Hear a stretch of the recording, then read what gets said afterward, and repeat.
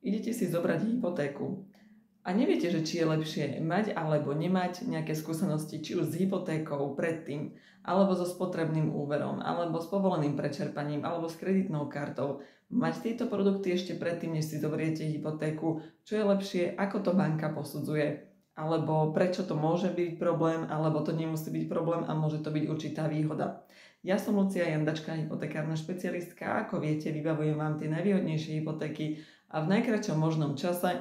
A o tejto téme by som vám rada povedala viacej, pretože práve teraz mám dvoch klientov, dámu, ktorá má 26 rokov, pána, ktorý má 46 a paradoxne ani jeden z nich v živote nemal žiadnu hypotéku, žiadny spotrebný úver, kreditnú kartu, povolené prečerpanie, nič. A ako to teda je? Takže možno ste sa stretli a možno nie, ale vysvetlím vám a preto sú tie hypotéky a to vybavenie hypotéky také zložité a neviete si úplne vypočítať, že koľko vlastne vy dostanete, pretože sa sledujú dva dôležité parametre. A to je teda tzv. Úverová angažovanosť, to znamená, že koľko maximálne vy si môžete zobrať objem úverov, ale do týchto úverov sa ráta hypotéka, ráta sa tam kreditná karta, spotrebný úver, povolené prečerpanie, všetky vaše úverové produkty. To znamená, že maximálny počet, alebo teda maximálna výška všetkých úverov, ktoré vy v danom čase podľa vášho príjmu môžete mať. A na ďalšej strane, čo sa sleduje, tak je vaša mesačná splátka. To znamená, že z vášho príjmu môže výjsť nejaká určitá maximálna splátka, ale z vášho príjmu sa odpočítava aj vaše životné minimum. Keď ste sám alebo sama, tak iba vaše, ale ak je vás viacej v rodine alebo máte deti, tak vašich ešte detí. Prípadne, ak ste jediný zarábajúci v rodine, tak vašej partnerky a ešte vašich dvoch detí a preto to niekedy nevychádza. S tým, že zhruba pred nejakými 3 rokmi nám tam Národná banka Slovenska dala ešte také pravidlo, že vlastne 40% z vašej výplaty vám musí ostať na bežné výdavky a ešte minus životné minimum. Takže niekedy to tak totiž to bolo, že ak ste mali príjem 1 000 eur mesačne, ak vám vychádzala táto splátka, tak do tej splátky ste si mohli pobrať úvery, aké ste len chceli. Ale teraz sú tam rôzne obmedzenia, lebo ľudia sa extrémne zadlžovali a aby teda nenastal nejaký krach a nebolo tu veľa skrachovaných teda ľudí, tak vlastne sa nastavili tieto nové pravidlá. O tom, či je to dobré alebo zle tieto nové pravidlá, o tom tu nebudem rozprávať, ale teda ako to je. Prvá vec je, že keď vy vstupujete teda do hypotéky, tak sa sledujú tieto parametre. Maximálna úverová zaangažovanosť a mesačná splátka, aby vám určitá vychádzala. A toto keď prekračujete alebo máte nejaké spotrebné úvery v tom danom čase, tak vám to nemusí vychádzať. Môže vám banka povedať, že jednoducho musíte splatiť tie úvery, ktoré tam máte, lebo jednoducho vám to nevyjde, alebo vám rovno schválí nižšiu hypotéku, ako by ste chceli. Preto ja vám hovorím, že keď vstupujete do úveru, ja vám vypočítam koľko, teda do hypotéky, ja vám vypočítam koľko vám vychádza, ale zároveň teda, ak máte nejaké spotrebné úvery, ja sa vás hneď na to na začiatku pýtam a tí, čo so mnou spolupracujete, tak viete, že ktorý som teda vybavovala hypotéku, tak som sa vás na to spýtala asi 10 krát a aj som vám to poslala do mailu, že či máte alebo nemáte kreditnú kartu, povolené prečerpanie, všetky tieto produkty.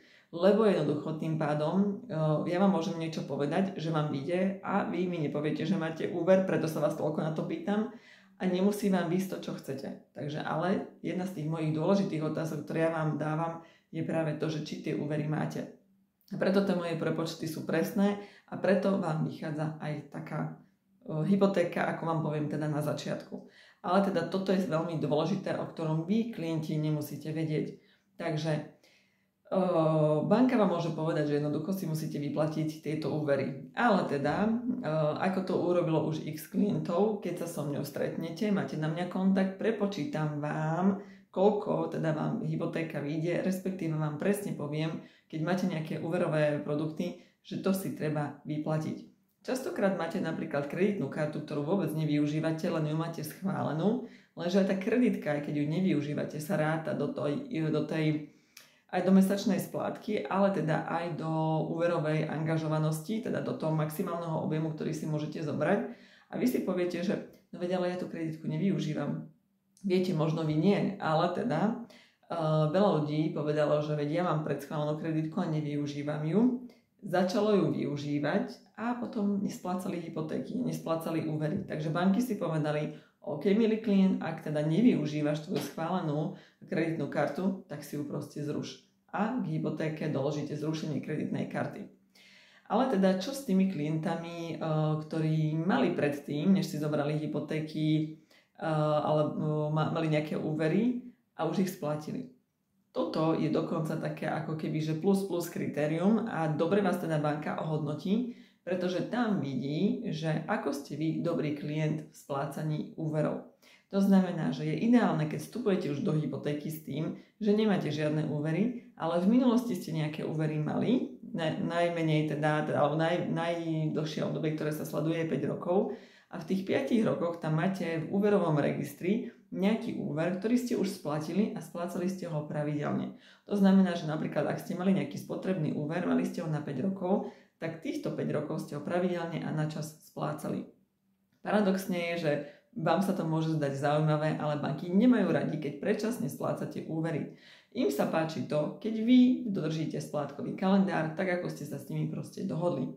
Takže toto je naozaj veľmi dobrá vec, ak vy už máte a v minulosti ste teda mali nejaký úver, ale ho máte splatený a potom si až beriete hypotéku.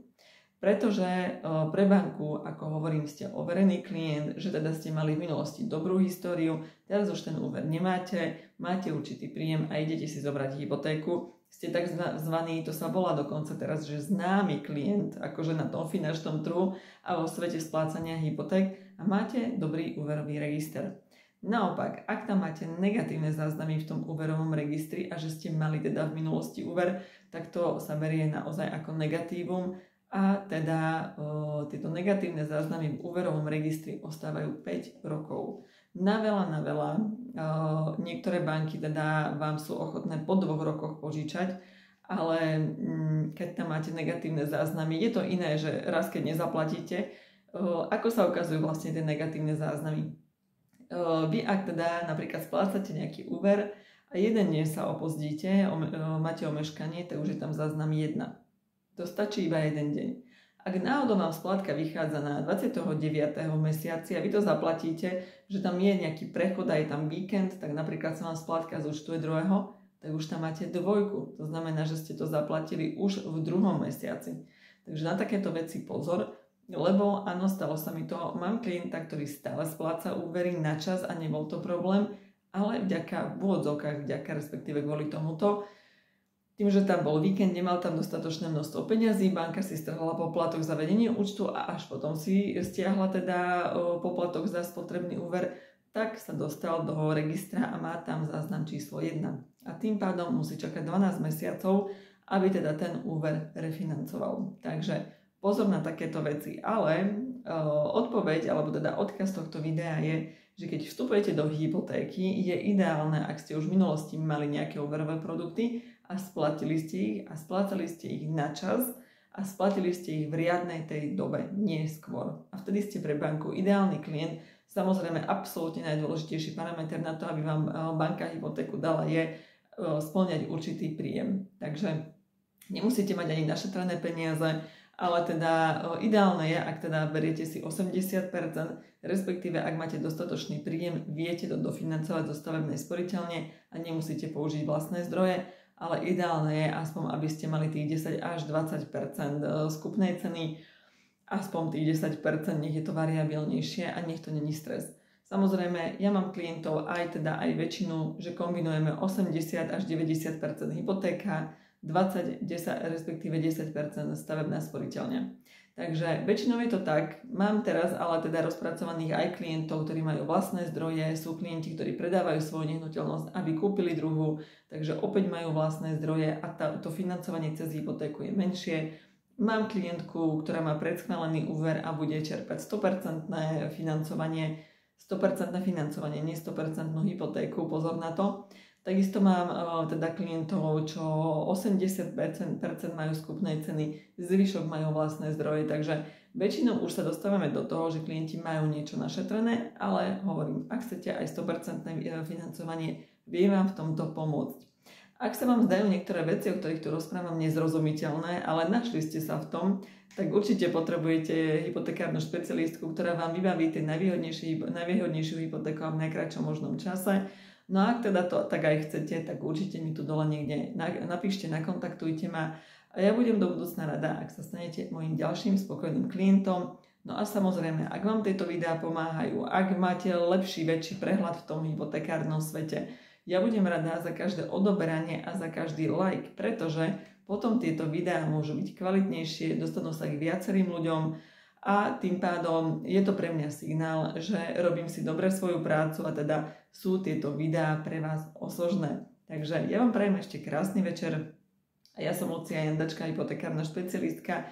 Vybavujem vám tie najvýhodnejšie hypotéky v najkratšom možnom čase a budem rada, či už sa uvidíme tu, alebo osobne pri vybavení vašej hypotéky.